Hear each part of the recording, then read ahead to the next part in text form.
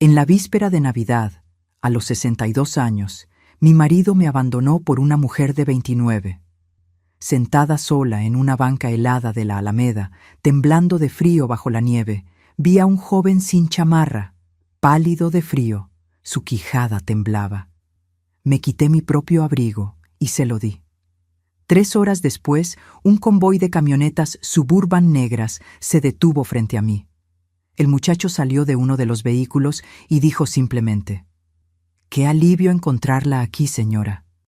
Pero antes de continuar, asegúrate de ya estar suscrito al canal y escribe en los comentarios: ¿desde dónde estás viendo este video? Nos encanta saber hasta dónde están llegando nuestras historias. Mi nombre es Sofía, tengo 62 años y pensé que conocía todas las formas de dolor que una mujer podía sentir. Perdí a mi madre joven. Crié a 3 hijos prácticamente sola mientras trabajaba doble turno como secretaria y sobreviví a 2 cirugías serias en los últimos 5 años. Pero nada, absolutamente nada, me preparó para escuchar las palabras que Ricardo me dijo la noche del 24 de diciembre de 2024. Eran las 7 de la noche cuando él entró por la puerta de nuestra casa. Yo estaba en la cocina finalizando la cena navideña, esa que preparaba desde hacía 40 años seguidos. El olor a pavo horneado y romeritos perfumaba toda la casa en Guadalajara. La mesa ya estaba puesta con el mantel rojo que heredé de mi abuela, las velas blancas encendidas, los platos de talavera que guardábamos para ocasiones especiales. Ricardo se detuvo en la puerta de la cocina, aún con el abrigo beige de lana puesto, sin quitarse los zapatos como siempre hacía. Aquello debió haber sido mi primera señal de que algo andaba mal. 40 años de matrimonio te enseñan los pequeños rituales, las rutinas que definen una vida compartida. «Sofía, necesitamos hablar», dijo, y su voz sonó distante, como si estuviera hablando detrás de un vidrio grueso. Me sequé las manos en el delantal bordado, ese que mi hija mayor me dio en el Día de las Madres. «Claro, mi vida. Siéntate allí, voy a servirte un cafecito. Debes estar cansado del tráfico». «No quiero café». Se pasó la mano por sus cabellos canosos, un gesto que hacía cuando estaba nervioso. «Quiero que escuches lo que tengo que decir». Algo en su tono hizo que mi estómago se revolviera. Me apoyé en la encimera de la tarja, sintiendo mis piernas débiles. A los 62 años, mi cuerpo ya no era el mismo de antes. Mis articulaciones me dolían con el frío, mi presión arterial vivía desregulada y tenía esa sensación constante de cansancio que viene con la edad. «Ya no puedo seguir fingiendo», Ricardo continuó, mirando hacia el suelo de cerámica que habíamos puesto juntos hace 10 años. «No soy feliz desde hace mucho tiempo, Sofía. Muchísimo tiempo». Sentí como si el suelo se estuviera abriendo bajo mis pies. «¿De qué estás hablando? Estamos bien. Llevamos 40 años juntos, Ricardo. 40 años. Justamente por eso». Finalmente me miró a los ojos, y lo que vi allí me partió a la mitad. No era rabia, no era desprecio, era indiferencia, pura y simple indiferencia. 40 años haciendo lo mismo, teniendo las mismas conversaciones, viviendo la misma rutina. Me siento atrapado, Sofía. Me siento viejo. «Somos viejos», dije, mi voz saliendo más aguda de lo normal. «Tenemos más de 60 años, Ricardo. Es natural que las cosas sean así. Pero yo no quiero sentirme así». Se quitó el abrigo con movimientos bruscos y lo arrojó sobre una silla. «Conocí a alguien. Alguien que me hace sentir joven de nuevo, que me hace querer despertar por la mañana». Las palabras salieron de su boca como balas, cada una acertando un punto vital. «Conociste a alguien», repetí mecánicamente. Mi cerebro se rehusaba a procesar el significado completo de aquellas palabras. «Se llama Jimena. Trabaja en el restaurante donde almuerzo cerca de la oficina. Tiene 29 años y...» Hizo una pausa, como si buscara las palabras correctas. «Ella me ve de una forma que tú no me has visto en años». 29 años, la misma edad que mi hija menor. Sentí bilis subir por mi garganta. «¿Cuánto tiempo?», conseguí preguntar. 6 meses. 6 meses. Medio año de mi vida vivido en una mentira completa. Pensé en todas las veces que besé a Ricardo en los últimos 6 meses, en todas las comidas que preparé, en todas las noches que dormí a su lado creyendo que estábamos bien. Todo era falso. ¿Y vienes a contarme esto en la víspera de Navidad? Mi voz tembló. ¿En la víspera de Navidad, Ricardo? Ella me dio un ultimátum, dijo, y tuvo la osadía de parecer incómodo. Dijo que no iba a pasar otro año nuevo sola esperándome, que era hora de que yo decidiera lo que quería de verdad. Y decidiste, concluí. No era una pregunta. Ya cambié mis cosas al apartamento de ella, la mayor parte al menos. Solo vine por el resto y a avisarte. Miré a aquel hombre con quien compartí 4 décadas de mi vida. El hombre que me pidió matrimonio bajo una lluvia de verano, que estuvo a mi lado cuando nacieron nuestros hijos, que lloró conmigo cuando enterramos a nuestros padres. Y no reconocí nada de él. La casa, comencé. Se queda contigo, interrumpió rápidamente. No quiero pelear por nada, solo quiero seguir adelante. Seguir adelante. Como si 40 años pudieran ser borrados con esas 3 simples palabras. Los muchachos. Intenté nuevamente, pensando en nuestros 3 hijos, Javier, Andrés y Paulina. Voy a hablar con ellos después de las fiestas. No quería arruinarles la Navidad, pero estaba bien arruinar la mía, aparentemente. Ricardo tomó su abrigo y fue hacia el dormitorio. Lo escuché abriendo armarios, arrastrando maletas. Sonidos que llenaban el silencio de la casa que de repente parecía enorme y vacía. Me quedé parada en la cocina, rodeada por los preparativos para una cena navideña que nunca sucedería, sintiéndome como una estatua de sal. 15 minutos después, pasó por la cocina cargando 2 maletas grandes.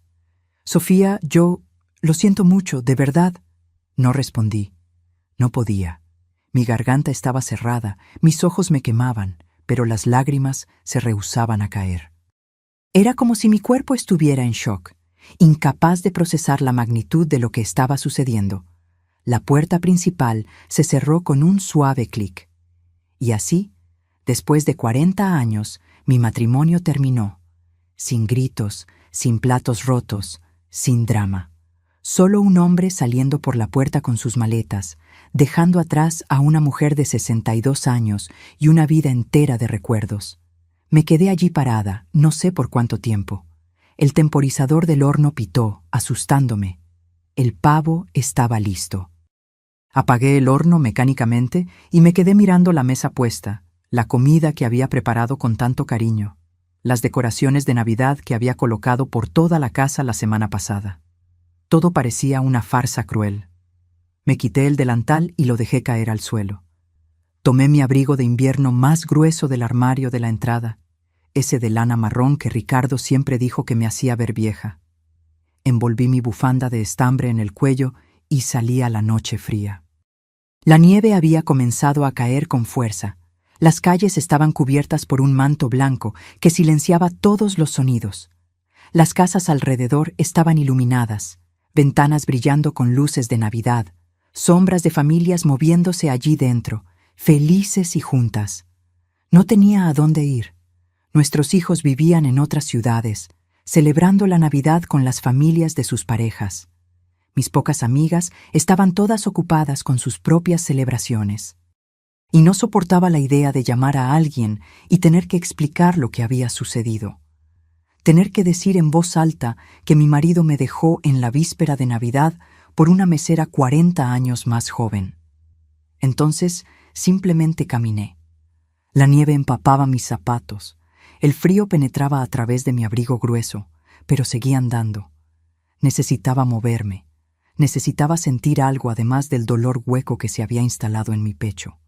Terminé en la Alameda Central de Toluca, esa donde Ricardo y yo solíamos llevar a los muchachos a jugar cuando eran pequeños. Había una banca cerca del kiosco, parcialmente protegida por la estructura de madera. Quité la nieve del asiento con mi mano enguantada y me senté. El metal frío atravesó mi pantalón de lana. Temblé violentamente. Estaba tan frío, tan insoportablemente frío. pero no podía moverme. No podía volver a esa casa vacía llena de recuerdos de una vida que ya no existía. Miré al cielo oscuro, a los copos de nieve cayendo incesantemente. En algún lugar, campanas de iglesia sonaron, marcando las 8. La misa de gallo estaba comenzando. Las familias se estaban reuniendo alrededor de las mesas. Los niños estaban abriendo regalos, y yo estaba sola en una banca helada, con mi vida destruida. No sé cuánto tiempo estuve sentada en esa banca. El frío ya había penetrado hasta mis huesos y apenas sentía mis pies dentro de los zapatos empapados. Mis manos, incluso dentro de los guantes de lana, estaban entumecidas. Pero el dolor físico era casi un alivio. Al menos me hacía sentir algo concreto, algo además del vacío que amenazaba con tragarme por completo. La Alameda estaba prácticamente desierta. Nadie en su sano juicio se quedaría afuera con ese frío. Las pocas personas que pasaban corrían apresuradas a sus casas calentitas, a sus familias, a sus vidas intactas. Nadie miraba a la mujer mayor sentada sola en la banca. Yo era invisible, como siempre lo fui. Durante 40 años me definí como esposa de Ricardo, madre de Javier, Andrés y Paulina. Mi identidad estaba entrelazada con esas personas, con esos roles que desempeñaba. Nunca me detuve a pensar en quién era Sofía, la mujer detrás de esos títulos. Y ahora, sentada en esa nieve, me di cuenta de que no tenía la menor idea. ¿Quién era yo sin Ricardo? ¿Qué me gustaba hacer, además de cocinar sus comidas favoritas y mantener la casa como él prefería? ¿Cuándo fue la última vez que elegí ver una película que yo quería, en lugar de ceder a los documentales de guerra que él amaba? ¿Cuándo fue la última vez que hice algo solo porque me daba placer? No podía recordarlo. Estaba tan perdida en esos pensamientos que casi no noté la figura que se acercaba. Fue solo cuando escuché pasos irregulares en la nieve que levanté la cabeza. Un joven venía caminando por el sendero principal de la Alameda, sus pasos lentos y cautelosos. A medida que se acercaba, pude ver mejor sus rasgos con la luz tenue de los postes. Debía tener unos 25, tal vez 30 años. Alto, delgado, con cabello oscuro y barba sin afeitar. Usaba jeans viejos y una camisa de manga larga demasiado fina para ese clima. Sin chamarra, sin guantes, sin bufanda. Temblaba violentamente. Mi instinto maternal, ese que 40 años de cuidar de otros habían afilado hasta convertirse en una segunda naturaleza, se activó inmediatamente. Olvidé mi propio dolor, mi propia situación. Todo lo que veía era un joven congelándose en la nieve. «Joven», llamé, mi voz saliendo ronca a causa del frío. «Joven, ¿estás bien?» Se detuvo y miró en mi dirección, pareciendo sorprendido de ver a alguien allí. Sus ojos eran oscuros, intensos, incluso en la penumbra. «Estoy buscando un lugar para calentarme», dijo él. «Los albergues están llenos, siempre se llenan en Navidad. Todo el mundo quiere sentirse bien ayudando a los pobrecitos en las fiestas, ¿sabe?» Había amargura en su voz, pero también resignación, como si estuviera acostumbrado a la decepción. Me levanté de la banca con dificultad, mis articulaciones protestando después de estar quietas tanto tiempo en el frío. «Te vas a congelar con esa ropa». «¿Dónde está tu chamarra?» Se encogió de hombros, un gesto que lo hizo temblar aún más. «No tengo. Perdí mi trabajo hace 3 meses. Perdí mi apartamento poco después. Las cosas que tenía me las robaron en el albergue. Ahora solo tengo lo que llevo puesto». Lo miré con más atención. A pesar de la barba y la ropa gastada, había algo en él que no encajaba con la imagen de un indigente. Su forma de hablar era articulada, educada. Sus manos, aunque sucias, no tenían el aspecto de quien pasó años en las calles. Pero eso no importaba. Lo que importaba es que se estaba congelando, y yo tenía un abrigo pesado que podría salvarlo. Sin pensarlo mucho, comencé a quitarme mi abrigo de lana marrón. «Toma», dije extendiéndoselo. «Ponte esto». Me miró como si me hubiera vuelto loca. «Señora, usted va a congelarse. No puedo aceptarlo». Tengo más ropa debajo, mentí. Estaba usando solo una blusa de lana fina debajo del abrigo. Y no voy a quedarme aquí afuera mucho más tiempo. Tú, por otro lado, vas a pasar la noche buscando refugio. Lo necesitas más que yo. Eso era verdad. A pesar de todo, yo aún tenía una casa a donde volver. Ese muchacho no tenía nada. Por favor, insistí cuando él dudó. Déjeme hacer esto. Es Navidad. Déjeme hacer algo bueno hoy. Algo en mi voz debió haberlo convencido. Tomó el abrigo con manos temblorosas y se lo puso rápidamente. Era demasiado grande para él, pero serviría. Vi el alivio instantáneo en su rostro cuando el calor de la lana lo envolvió. No sé qué decir, murmuró. Usted ni siquiera me conoce. ¿Por qué haría esto? Porque alguien necesita ayuda, respondí simplemente. Y porque hoy aprendí que las peores cosas pueden pasar sin aviso. Si puedo evitar que algo malo te suceda, voy a hacerlo. El frío me golpeó con toda su fuerza tan pronto como el abrigo salió de mis hombros. El viento cortaba a través de mi blusa fina como cuchillos de hielo. Comencé a temblar inmediatamente, pero no me arrepentí. Ese joven lo necesitaba más que yo. Me estudió por un largo momento, sus ojos oscuros evaluándome. «Mi nombre es Mateo», dijo finalmente, «y usted acaba de salvarme la vida, literalmente». «Sofía», respondí, «y estás exagerando. Es solo un abrigo». «No es solo un abrigo». Metió las manos en los bolsillos, claramente apreciando el calor. «Es el primer acto de bondad genuina que recibo desde que lo perdí todo. La mayoría de la gente me mira como si fuera invisible, o peor, como si fuera peligroso». Conocía bien esa sensación de invisibilidad. A los 62 años, me había vuelto invisible para mi propio marido. «¿Qué te trajo aquí?», pregunté, abrazando mi propio cuerpo en un intento vano de calentarme. «A esta alameda, quiero decir». «Solía venir aquí cuando era niño», dijo Mateo, mirando a su alrededor. «Mis padres me traían a jugar. Buenos tiempos».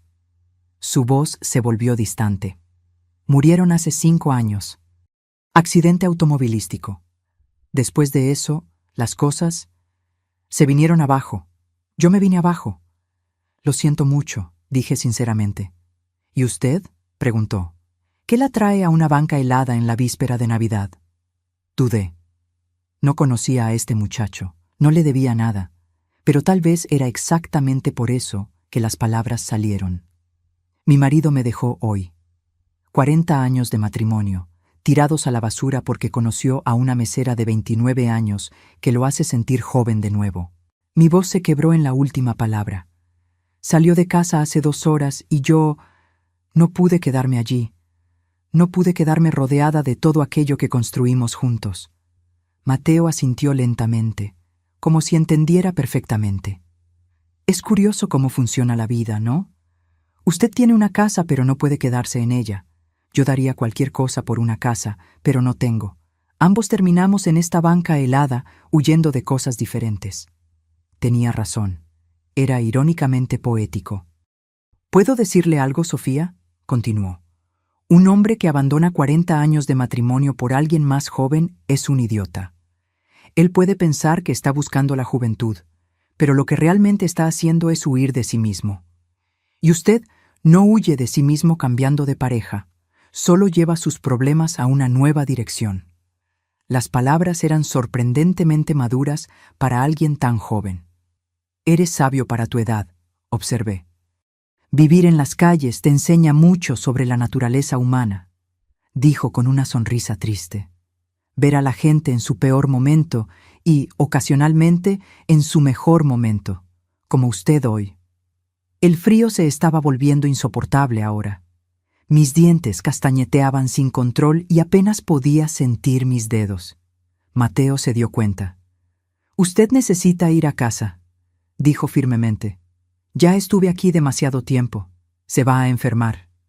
«¿Y tú?», pregunté. «¿A dónde vas?» «Voy a buscar un lugar». Tocó el abrigo con reverencia. «Gracias a esto, tengo una mejor oportunidad ahora. Hay una fonda a unas cuadras de aquí que se queda abierta toda la noche. Puedo quedarme allí hasta que amanezca». Me quité mi bufanda, lo único cálido que aún tenía, y se la extendí. Lleva esto también, por favor. Sofía. Insisto.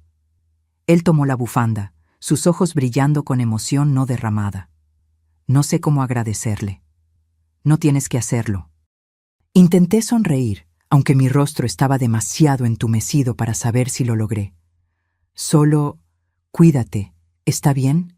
Y cuando las cosas mejoren, y mejorarán, recuerda este momento. Recuerda pasarlo adelante. Mateo asintió, envolviendo la bufanda en su cuello. Siempre voy a recordarla, Sofía. A la mujer que le dio su abrigo a un extraño en la noche más fría del año, incluso cuando ella estaba pasando por la peor noche de su vida. Dio unos pasos para alejarse. Luego se detuvo y se volteó. «¿Sofía? Ese hombre es un idiota. Espero que usted se dé cuenta. Usted es extraordinaria».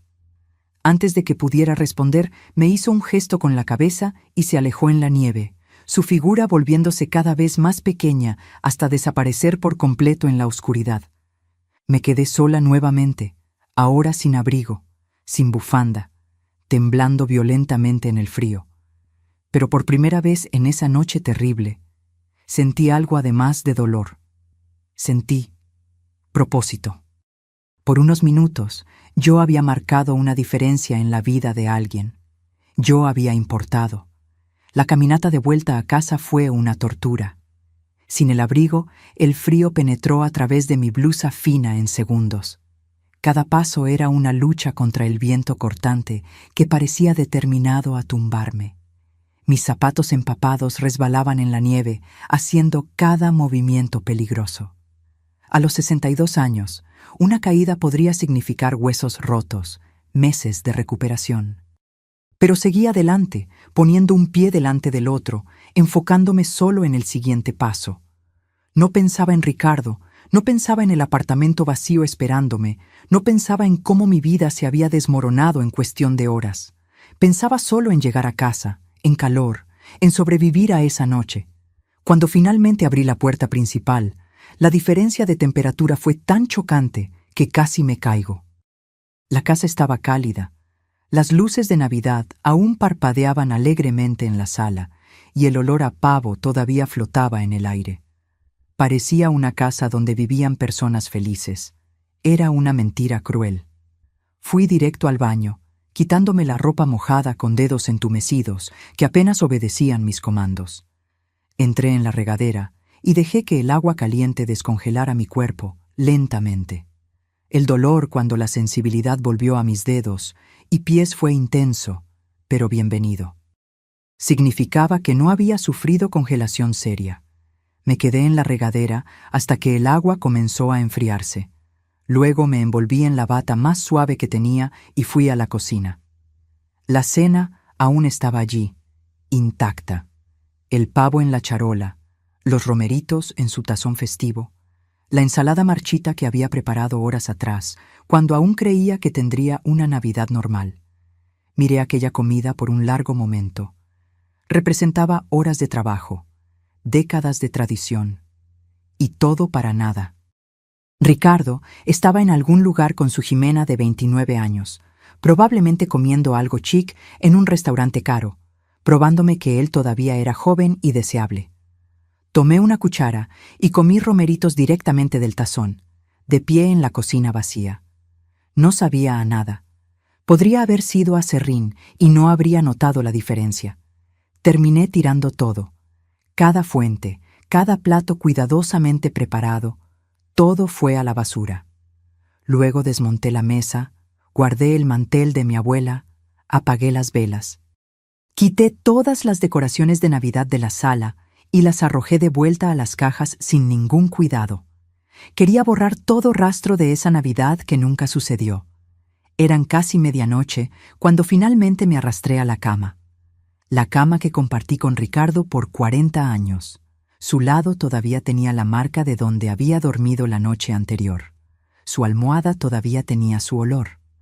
Abracé esa almohada y finalmente, dejé caer las lágrimas. Lloré por todo lo que había perdido. No solo a Ricardo, sino la vida que construimos, el futuro que planeamos, la persona que yo creía que era. Lloré por la mujer de 62 años que yo era, descartada como un mueble viejo que ya no servía en la decoración. Lloré por la soledad que se extendía ante mí, interminable y aterradora, y en algún punto en medio de ese llanto me quedé dormida exhausta. Los días siguientes pasaron en una neblina.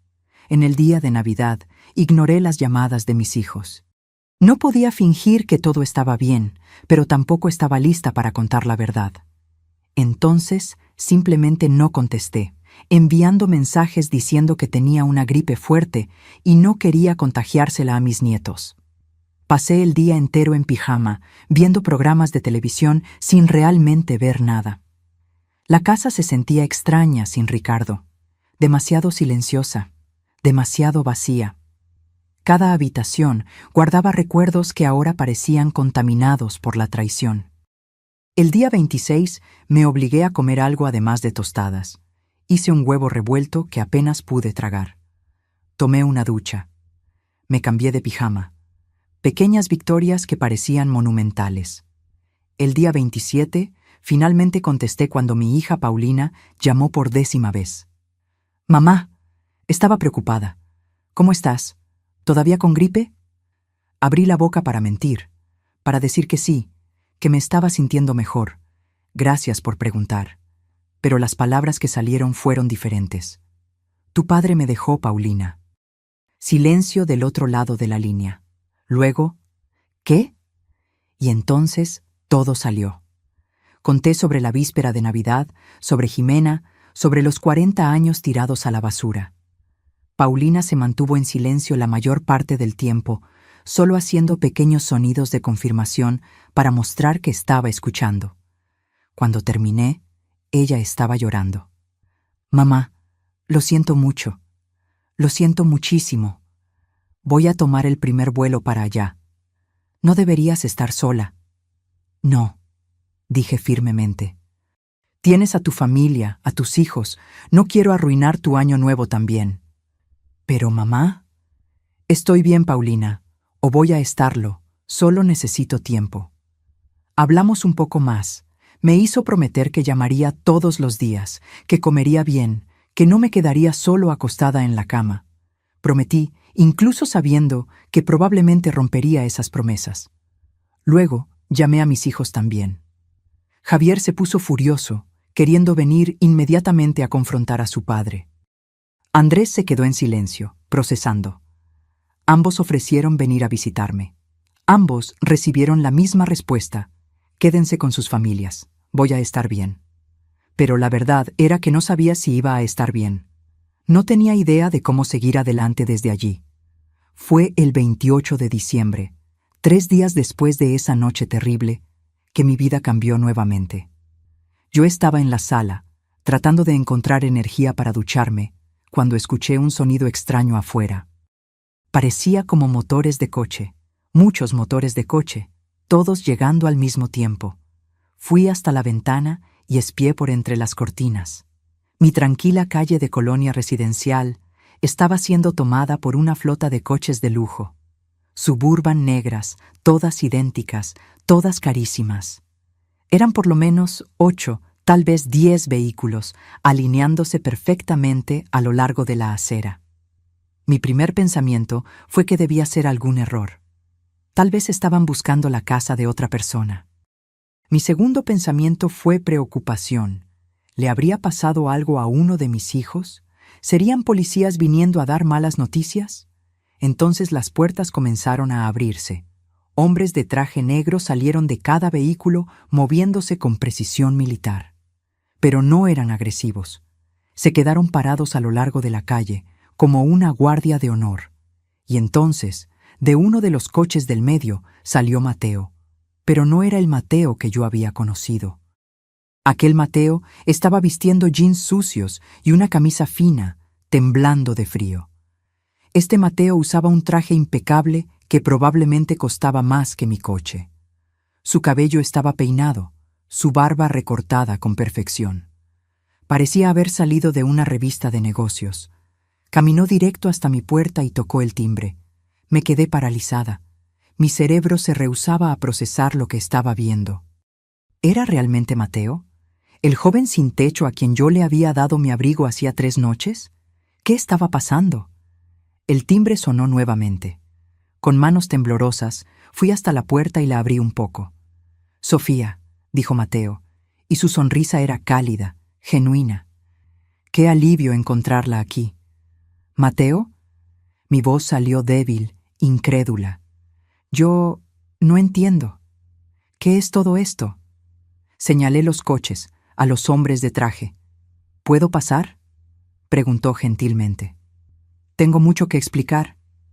Abrí la puerta más, de repente dolorosamente consciente de que todavía estaba en pijama, sin maquillaje, con el cabello sin peinar. Pero Mateo no pareció notarlo o importarle. Entró, mirando alrededor de mi sala con interés genuino. Entonces, comencé cerrando la puerta detrás de él. «¿Vas a explicarme qué está pasando? ¿Por qué hay 10 Suburban en mi calle? ¿Quiénes son aquellas personas?» Mateo respiró hondo. «Mi nombre completo es Mateo Rangel Solís. Soy el CEO de Rangel Desarrollos». El nombre me era familiar. Rangel Desarrollos era una de las mayores empresas de construcción e inmobiliarias del país. Aparecían en las noticias frecuentemente, involucrados en grandes proyectos urbanos en Ciudad de México. Debí haberme quedado mirándolo con la boca abierta, porque Mateo sonrió gentilmente y dijo: «Tal vez debería sentarse». Me dejé caer en el sofá, aún tratando de procesar. Mateo Rangel Solís, CEO de una empresa multimillonaria. Ese mismo hombre estaba temblando de frío en la Alameda hacía 3 noches, vistiendo ropa gastada, sin tener dónde dormir. «No entiendo», conseguí decir finalmente. «Dijiste que estabas sin techo, que habías perdido todo». «Mentí», dijo simplemente, sentándose en el sillón frente a mí. «Bueno, no exactamente. La parte sobre que mis padres murieron era verdad, y las cosas realmente se vinieron abajo después de eso, solo que no de la forma en que sugerí». Se inclinó hacia adelante, con las manos entrelazadas. «Cuando mis padres murieron, heredé su empresa. Yo tenía 23 años, sin experiencia, pero intenté hacer que funcionara. Durante 2 años me dediqué completamente. Construí Rangel Desarrollos en algo 3 veces más grande de lo que mi padre jamás imaginó. Pero en el proceso me rodeé de las personas equivocadas, personas que veían solo mi dinero, mi posición. Tuve amigos que desaparecieron cuando ya no pude financiar sus estilos de vida caros. Tuve relaciones con mujeres que estaban más interesadas en mi cuenta bancaria que en mí». Su voz se volvió más baja, más triste. «Hace 6 meses, descubrí que mi prometida estaba teniendo un amorío con mi mejor amigo, o el hombre que yo creía que era mi mejor amigo. Planeaban casarse después de llevarme a firmar algunos documentos que transferirían gran parte de mis activos a ella. Sentí mi corazón oprimirse. La traición era un dolor que yo conocía demasiado bien. Cancelé todo, obviamente. Rompí el compromiso, corté relaciones con él, pero eso me dejó en una especie de crisis existencial. Comencé a cuestionar todo y a todos a mi alrededor. ¿Realmente le importaba a alguien? ¿O era todo sobre el dinero? Se levantó y comenzó a caminar por la sala. Entonces decidí hacer una prueba. Decidí disfrazarme como alguien que no tenía nada y ver cómo me trataría la gente. Pasé los últimos 3 meses haciendo esto periódicamente, vistiéndome con ropa vieja, caminando por diferentes partes de la ciudad, observando cómo reacciona la gente a alguien que creen que no tiene nada que ofrecer. «¿Y qué descubriste?», pregunté, ya imaginando la respuesta. «Que la mayoría de la gente no te ve si no puedes hacer nada por ellos. Pasé por cientos de personas y la gran mayoría me ignoró por completo. Algunos fueron activamente crueles. Algunos arrojaron monedas como si yo fuera un mendigo, sin siquiera mirar mi rostro. Se detuvo y me miró directamente. Pero usted fue diferente, Sofía. Usted estaba claramente pasando por el peor momento de su vida. Cualquiera habría entendido si simplemente hubiera seguido adelante, enfocada en su propio dolor. Pero usted vio a alguien en necesidad e inmediatamente actuó para ayudar. Solo eran un abrigo y una bufanda, murmuré. No eran solo nada, dijo Mateo firmemente. Usted se quitó literalmente la ropa de encima para dársela a un extraño, sin hacer preguntas, sin juzgar, sin esperar nada a cambio. Usted se estaba congelando, pero se preocupó más por mi bienestar que por el suyo. Metió la mano en el bolsillo interior del saco y sacó mi abrigo marrón, limpio, planchado y luciendo nuevo. Lo mandé a restaurar, dijo, extendiéndomelo. Pero Sofía, no vine aquí solo para devolverle su abrigo. Vine a hacerle una propuesta. Tomé el abrigo, sintiendo el tejido familiar entre mis dedos. Estaba confundida, emocionada y completamente perdida sobre a dónde iba esta conversación. ¿Qué tipo de propuesta? Mateo volvió a sentarse, su postura volviéndose más formal, más profesional. Rangel Desarrollos tiene un brazo filantrópico, el Instituto Rangel. Donamos cerca de 80 millones de pesos al año a varias causas: construcción de viviendas populares, programas educativos, centros comunitarios. Actualmente, el instituto es administrado por personas con formación en administración y finanzas. Son competentes, pero desconectados. Miran hojas de cálculo e informes, pero nunca realmente han visto la realidad de las personas que estamos tratando de ayudar. Me miró con intensidad. Necesito a alguien que entienda lo que es realmente necesitar ayuda. Alguien que tenga compasión genuina. Alguien que vea personas, no números. Y en los últimos 3 meses de hacer este experimento, usted es la primera persona que demostró el tipo de carácter que busco. Mi corazón estaba acelerado. ¿Qué está proponiendo exactamente? Quiero que trabaje como directora de Relaciones Comunitarias del Instituto Rangel. Sería su responsabilidad garantizar que nuestros programas realmente satisfagan las necesidades de las comunidades. Usted visitaría proyectos, hablaría con beneficiarios, nos ayudaría a entender dónde podemos marcar una diferencia real. Citó un salario que me hizo parpadear con incredulidad. Era más de lo que Ricardo y yo ganábamos juntos en nuestros mejores años. Mateo, yo no tengo experiencia en esa área. Fui secretaria toda la vida. ¿Cómo puedo gestionar programas de millones de pesos? Usted aprendería. Y no estaría sola. Tenemos un equipo entero de profesionales que se encargan de los aspectos técnicos. Lo que necesitamos es a alguien con corazón, con empatía real. Eso no se enseña en ninguna universidad. Miré mis manos, las arrugas que marcaban cada año de mis 62 años. ¿Por qué yo, Mateo? Debió haber encontrado a otras personas buenas durante sus pruebas. Encontré personas que arrojaron monedas, personas que dijeron «buena suerte» y siguieron adelante. Una mujer me compró un sándwich. Fueron gestos amables, sí, pero nada que realmente les costara algo a ellas. Se inclinó nuevamente hacia adelante. Usted me dio algo que le costó a usted. Usted se estaba congelando, pero se preocupó más por mí. Eso no es solo bondad, Sofía. Eso es sacrificio. Y es exactamente el tipo de persona que quiero liderando nuestros esfuerzos filantrópicos. No sé, dudé. Es mucha responsabilidad. ¿Y si fracaso? Entonces, ajustaremos el curso e intentaremos de nuevo. Pero Sofía, ¿puedo decirle algo? Aquella noche, usted me dijo que su marido la dejó por alguien más joven, que la hizo sentir desechada, sin valor. Asentí, sintiendo el dolor familiar oprimir mi pecho.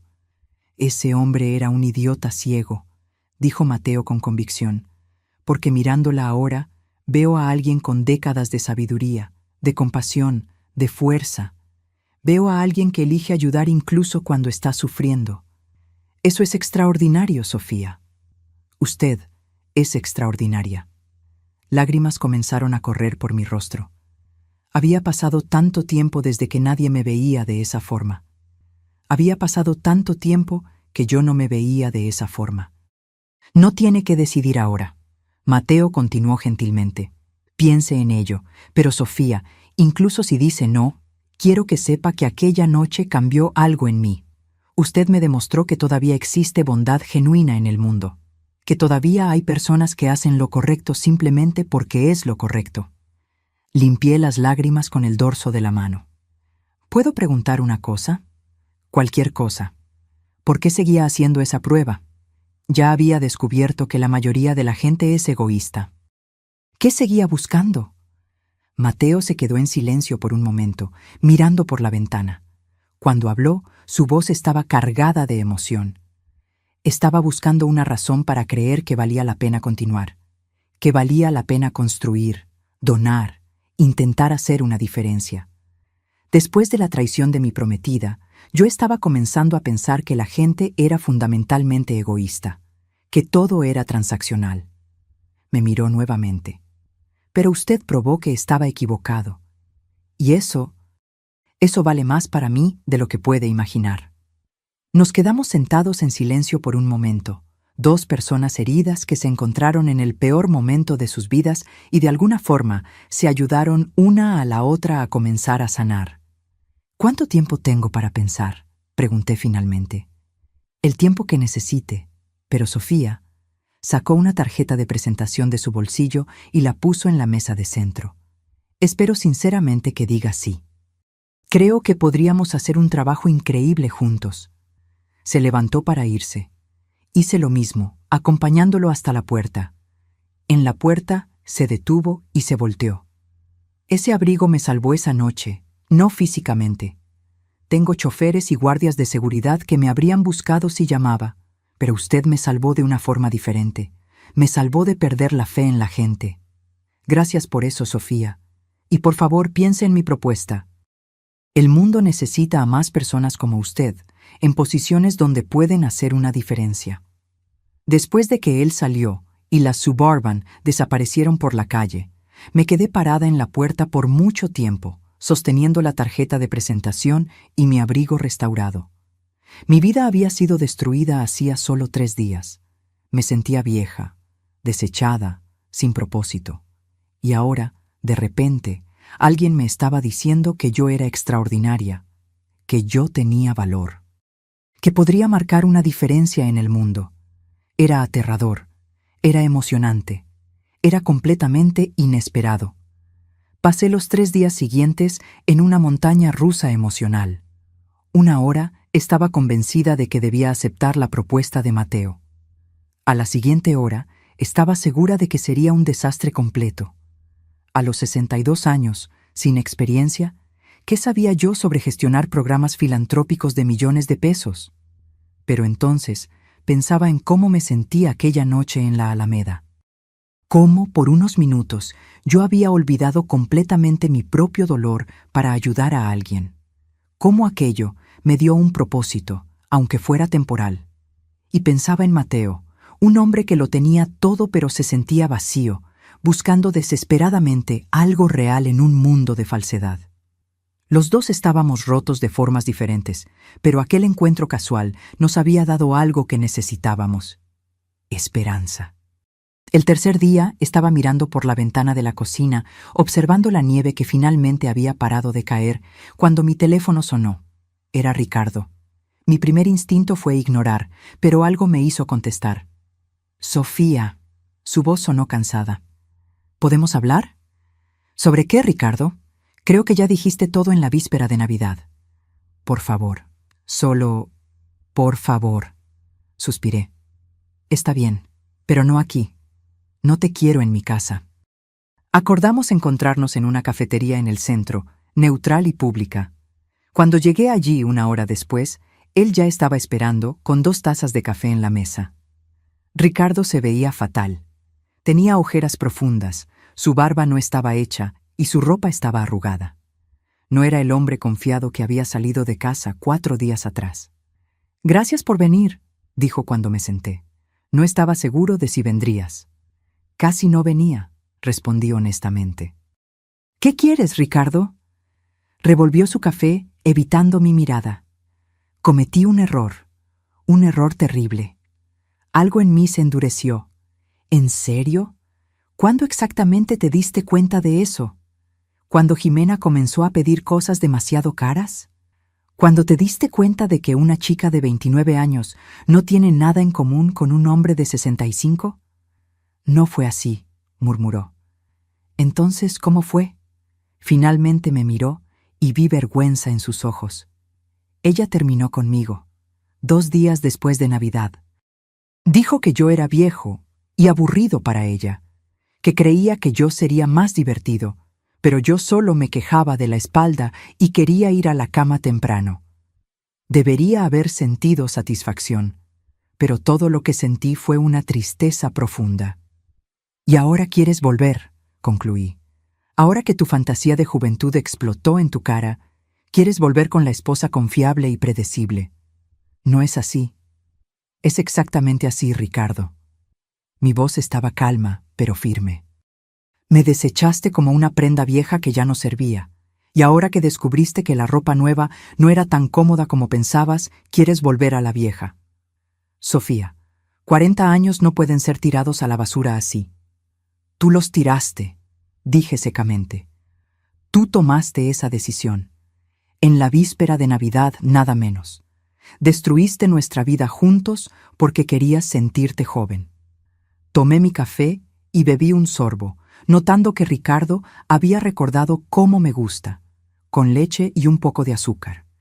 40 años de hábito. ¿Sabes lo que me di cuenta en estos últimos días? Continué. Me di cuenta de que tienes razón en una cosa. Yo estaba atrapada en una rutina, en una vida que ya no me desafiaba. Pero no porque fuera vieja o aburrida, porque había dejado de crecer. Me convertí solo en tu esposa, solo en la madre de nuestros hijos. Olvidé ser Sofía. Exactamente. Ricardo se animó, como si yo estuviera de acuerdo con él. Pero podemos cambiar eso, podemos... No, interrumpí. No entendiste. No quiero volver a lo que éramos. Ya no quiero esa vida. Su expresión cambió a confusión. ¿Qué quieres decir? Pensé en la tarjeta de Mateo en mi bolso, en la propuesta que parecía simultáneamente imposible y perfecta, en la oportunidad de ser algo más que solo la esposa desechada de alguien. Recibí una oferta de trabajo, dije. Un cargo importante, con mucha responsabilidad, algo que nunca imaginé hacer. Ricardo frunció el ceño. ¿Qué tipo de trabajo? Eso no importa. Lo que importa es que alguien vio valor en mí. Alguien cree que puedo hacer una diferencia en el mundo. No como tu esposa o como madre de nuestros hijos. Como Sofía. Como yo misma. Sofía, sé realista. Tienes 62 años. ¿Quién le daría un cargo importante a una mujer vieja? Completé. ¿Es eso lo que ibas a decir? Tuvo la decencia de parecer avergonzado. ¿Sabes cuál es la diferencia entre tú y la persona que me ofreció ese trabajo, Ricardo? Ella me ve. Ve quién soy realmente, no cuántos años tengo. Valora mi compasión, mi experiencia de vida, mi carácter. Me levanté tomando mi bolso. Debería agradecerte, de hecho. Si no me hubieras dejado, nunca habría conocido a esa persona. Nunca habría tenido esta oportunidad. Nunca me habría dado cuenta de que todavía hay tanto que puedo hacer. Tanto que puedo ser. Sofía, espera. No, dije firmemente. Tú tomaste tu decisión en la víspera de Navidad. Ahora yo estoy tomando la mía. No te quiero de vuelta, Ricardo. No quiero esa vida de vuelta. Quiero algo nuevo, algo mío. Y por primera vez en décadas voy a perseguir lo que yo quiero, no lo que los otros esperan de mí. Salí de la cafetería sin mirar hacia atrás. Mis manos temblaban, mi corazón latía acelerado, pero me sentía poderosa. Por primera vez desde que Ricardo se había ido, me sentí en control de mi propia vida. Entré en el coche y tomé la tarjeta de Mateo. Marqué el número antes de que pudiera cambiar de idea. Contestó al segundo timbrazo. ¿Sofía? Sí, dije, mi voz sorprendentemente firme. Mi respuesta es sí. Acepto el cargo. Podía escuchar la sonrisa en su voz. Estoy muy feliz. ¿Cuándo puedes empezar? ¿Mañana? Me sorprendí diciendo. No tiene sentido esperar, ¿verdad? Mañana es perfecto. Haré que mi asistente te envíe todos los detalles. ¿Sofía? ¿sí? Gracias por darme esta oportunidad, por creer que podemos hacer algo especial juntos. Gracias a ti, respondí, por recordarme que todavía tengo valor, que todavía puedo sorprender. Después de colgar, me quedé sentada en el coche por un largo momento, dejando que la realidad de lo que acababa de hacer me golpeara. Tenía un trabajo nuevo, un trabajo importante, desafiante, aterrador. Y por primera vez en mucho, mucho tiempo, me sentí viva. Mi primer día en Rangel Desarrollos fue una mezcla de terror absoluto y excitación pura. La sede de la empresa ocupaba 15 pisos de un edificio de cristal en el centro financiero de la Ciudad de México. El Instituto Rangel quedaba en los 3 últimos pisos, con vistas deslumbrantes de la ciudad. La asistente de Mateo, una mujer eficiente llamada Patricia, me recibió en el lobby. «Señora Sofía, sea bienvenida, el señor. Mateo está en una reunión, pero me pidió que le mostrara todo». Pasé las primeras horas recibiendo un recorrido completo. Conocí al equipo del instituto. 10 personas dedicadas que gestionaban todo, desde la aprobación de proyectos hasta el monitoreo de resultados. Todos fueron educados, pero pude percibir el escepticismo en sus ojos. ¿Quién era esta mujer de 62 años, sin ninguna experiencia relevante, que de repente estaba siendo colocada en una posición de liderazgo? Mateo apareció a la hora del almuerzo y sugirió que comiéramos en su oficina mientras él me explicaba su visión para el instituto. «El problema con la filantropía tradicional», dijo mientras comíamos ensaladas que su asistente había pedido, «es que es muy distante. Personas en oficinas bonitas decidiendo lo que las comunidades necesitan sin nunca realmente hablar con esas comunidades. Quiero cambiar eso. Quiero que vaya al campo, visite los proyectos que financiamos, hable con las personas que supuestamente estamos ayudando. Entienda lo que está funcionando y lo que no lo está». «¿Y si descubro que mucha cosa no está funcionando?», pregunté. «Entonces lo arreglamos. Ese es el punto, Sofía. No estoy buscando a alguien para mantener el status quo. Estoy buscando a alguien para desafiar, cuestionar y mejorar todo lo que hacemos». Pasamos la tarde siguiente revisando los proyectos actuales del instituto. Había tantos: escuelas en comunidades necesitadas, programas de capacitación profesional, centros comunitarios, proyectos de vivienda. Cada uno representaba millones de pesos invertidos, vidas potencialmente transformadas. Pero mientras leía los informes, noté algo. Eran todos muy estériles. Llenos de números y estadísticas, pero sin historias reales de personas reales. Sin rostros, sin nombres, sin la humanidad detrás de los datos. «Mateo», dije, señalando un informe particularmente seco sobre un programa de capacitación. «Aquí dice que capacitamos a 500 individuos en habilidades profesionales básicas. Pero ¿quiénes son esos individuos? ¿Consiguieron empleos después? ¿Sus vidas realmente mejoraron?». Él miró el informe y luego a mí, una sonrisa lenta formándose en su rostro. «Esa es exactamente la pregunta correcta que hay que hacer. Y honestamente, no lo sé. Nunca visitamos el lugar». «Entonces vamos a visitarlo», dije con una confianza que no sabía que tenía. «Mañana. Vamos a ver ese programa con nuestros propios ojos». Y eso fue lo que hicimos. Al día siguiente, Mateo y yo, acompañados solo por su chofer, fuimos a visitar el Centro de Capacitación Profesional San Juan, ubicado en una de las áreas más humildes de la ciudad. Lo que encontramos fue revelador. El centro en sí era bien intencionado, una instalación limpia y organizada con salones de clase y equipo. Pero hablando con los instructores y alumnos, descubrimos problemas que ningún informe había mencionado. «Los cursos son buenos», dijo María, una mujer de 35 años que estaba tomando un curso de costura. «Pero la mayoría de nosotros no consigue empleo después. Las empresas quieren experiencia y no tenemos cómo conseguir experiencia sin un primer empleo. Es un círculo vicioso». Otro problema. El centro cerraba a las 5 de la tarde, exactamente cuando muchas personas que necesitaban los cursos estaban saliendo de sus empleos de baja remuneración. «Me encantaría tomar el curso de informática», explicó un joven llamado Rafael. pero trabajo en 2 lugares para mantener a mi familia. ¿Cuándo podría venir? Mateo y yo pasamos 3 horas allí, solo hablando con personas, escuchando sus historias, entendiendo sus realidades. Y cuando salimos, teníamos una lista enorme de cosas que necesitaban cambiar. De regreso, Mateo estaba pensativo. Invertimos 2 millones de pesos en ese centro, y está ayudando a algunas personas, sí.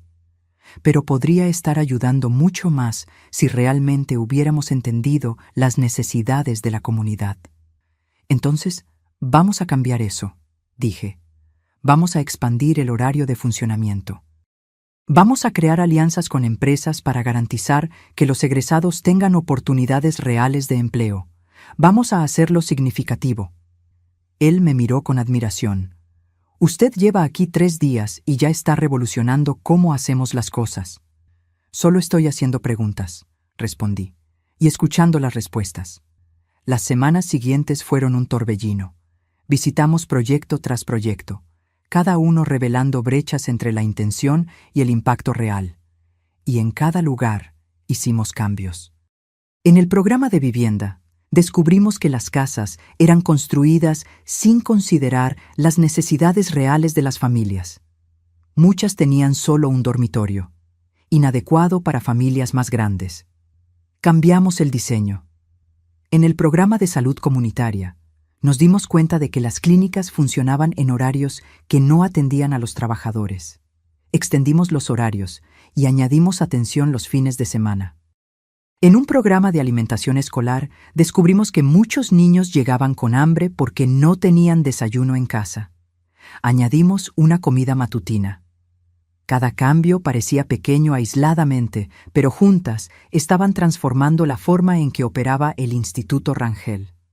Y yo estaba prosperando de una forma que nunca imaginé ser posible.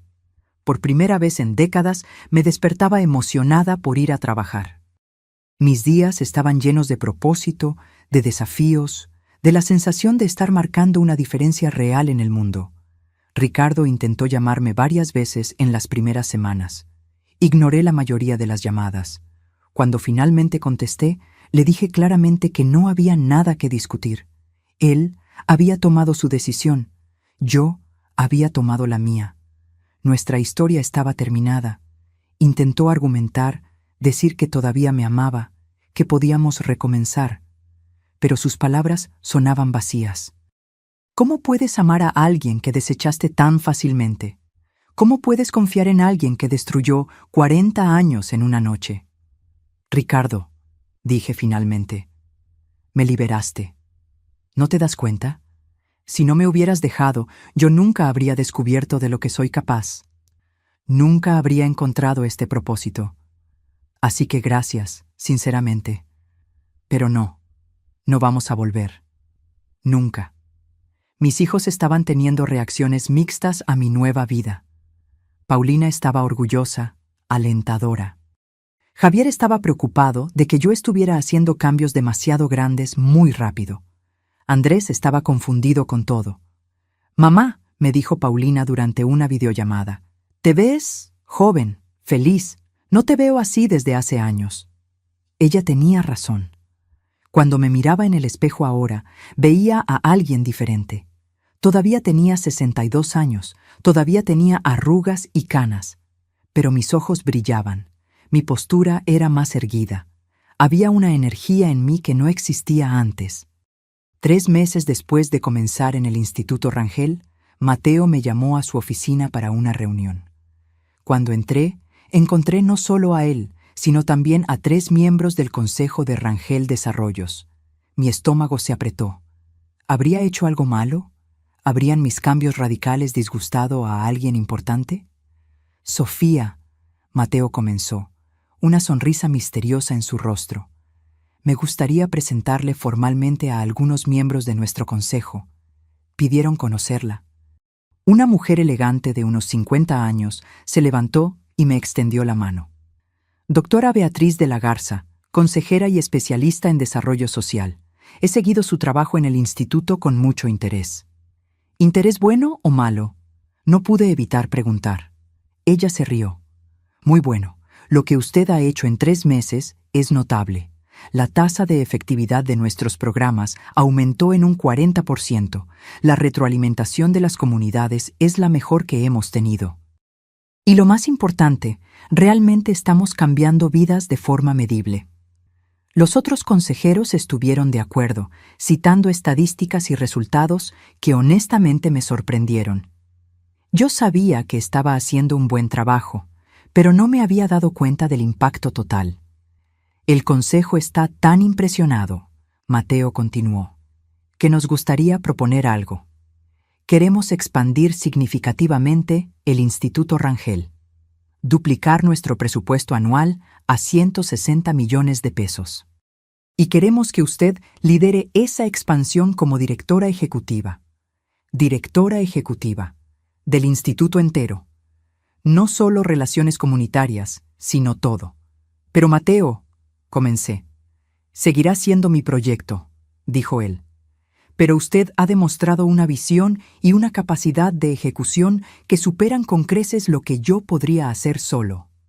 Sofía, usted ha transformado no solo el instituto, sino la forma en que toda la empresa piensa sobre responsabilidad social.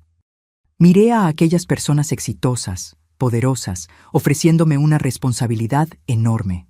6 meses atrás, yo era solo la esposa desechada de Ricardo.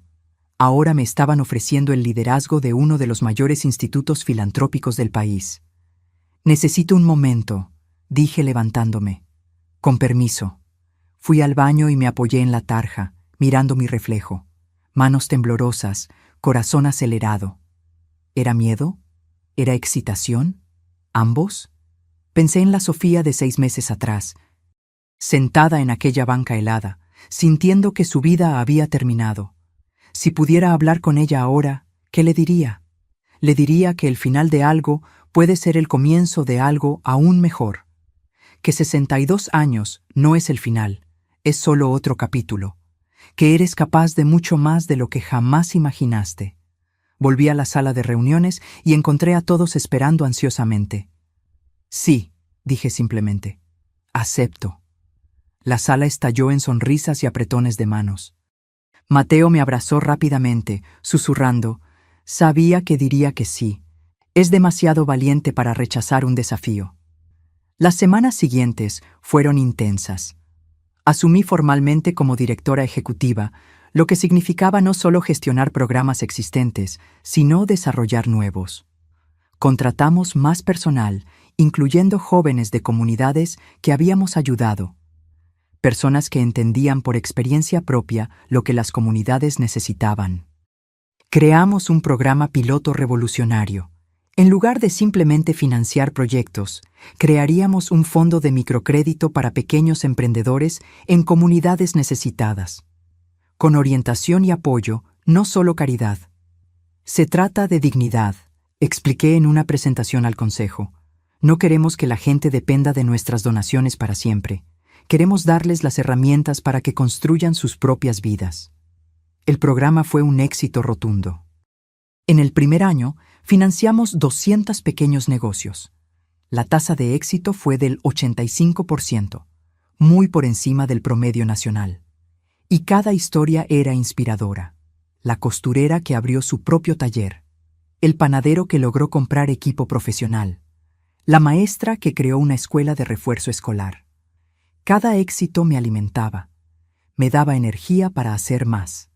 Fue durante el lanzamiento de nuestra 5ª unidad del centro comunitario que sucedió algo inesperado.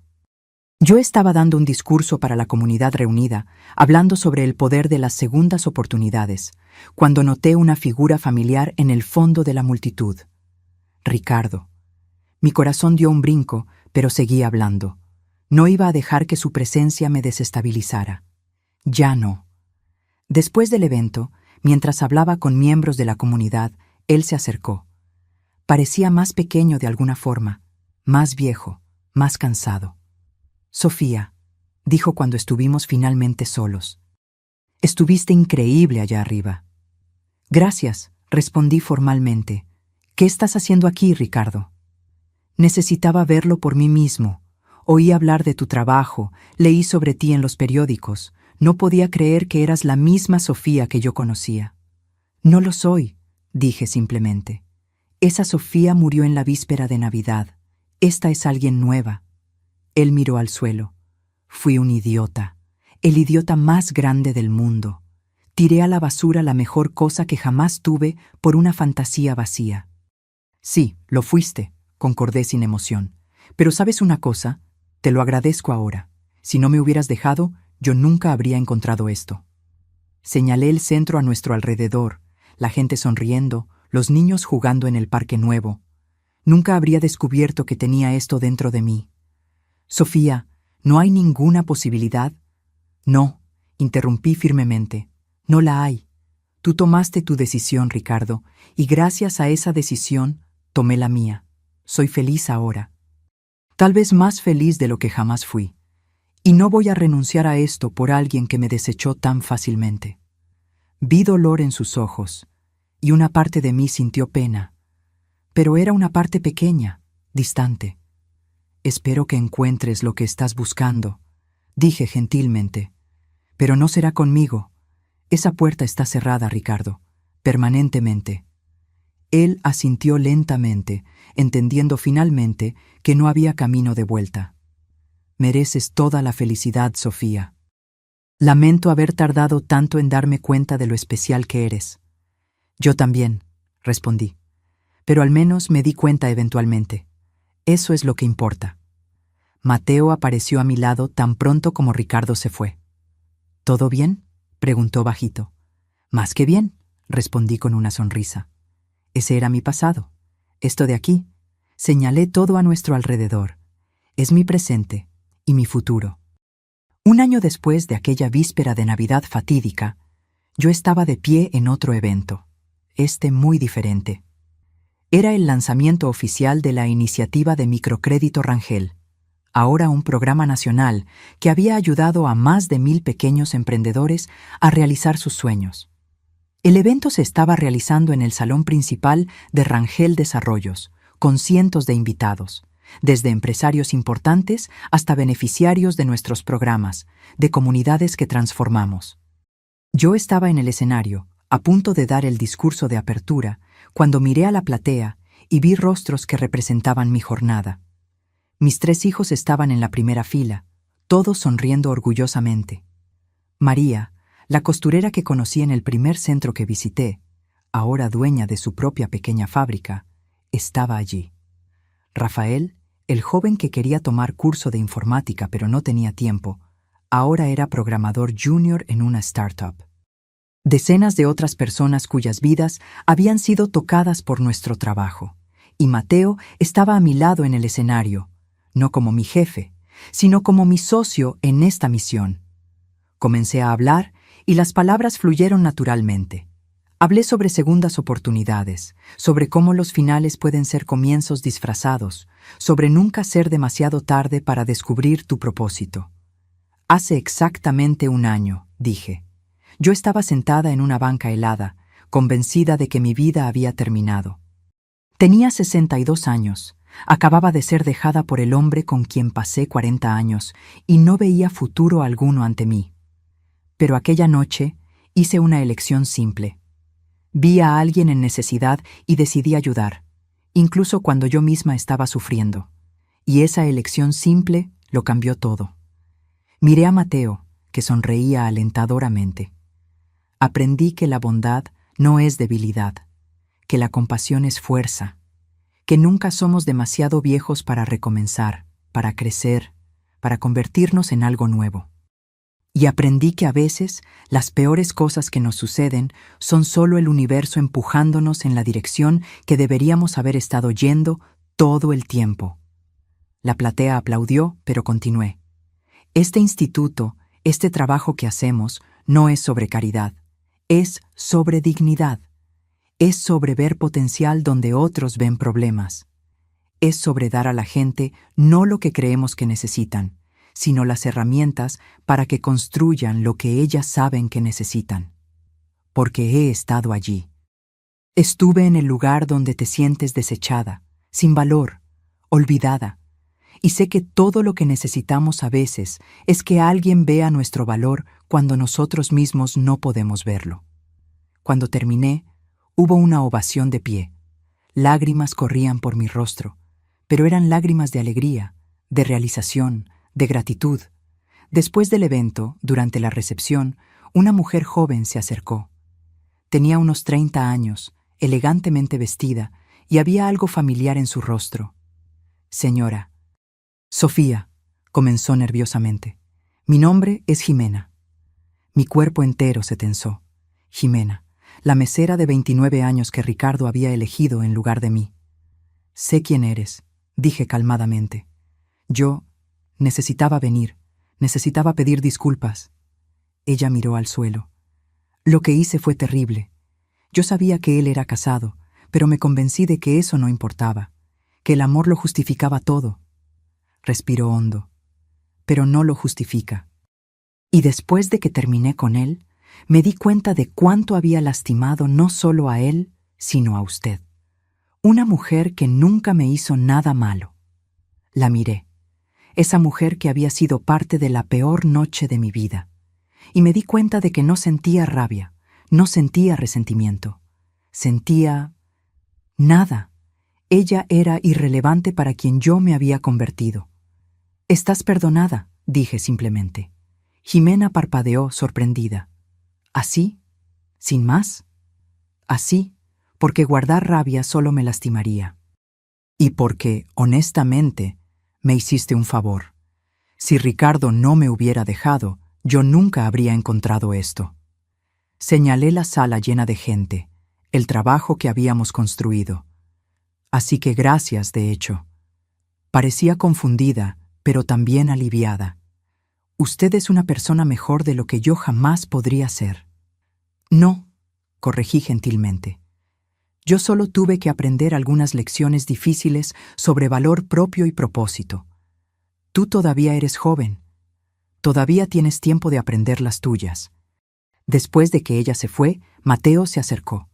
¿Esa era Jimena?, preguntó. ¿Lo fue? ¿Y estás bien? Sonreí. Estoy más que bien. Estoy agradecida. Sin ella, sin Ricardo dejándome, yo nunca te habría conocido. Nunca habría descubierto esta versión de mí. Mateo se quedó en silencio por un momento. Sofía, hay algo que he querido preguntarte desde hace meses. ¿Qué? ¿Cenarías conmigo? No como colegas, no como socios de trabajo. Como algo más. Mi corazón se aceleró. A lo largo de los meses, había sentido una conexión creciendo entre nosotros. No era solo profesional, era personal, profunda, real. Mateo, tienes 32 años, yo tengo 63, la gente va a hablar. Que hablen, dijo con intensidad. Sofía, usted me salvó aquella noche en la Alameda. No físicamente, sino espiritualmente. Me demostró que todavía existe bondad genuina en el mundo. Y en los meses desde entonces, observándola trabajar, ver su corazón, su pasión, su sabiduría, me enamoré. No de su edad, no a pesar de su edad, de usted, de quien usted es. Lágrimas llenaron mis ojos nuevamente. Sí, susurré. Sí, cenaría contigo. Él sonrió, esa sonrisa cálida que yo había aprendido a adorar. ¿Qué tal si empezamos mañana por la noche?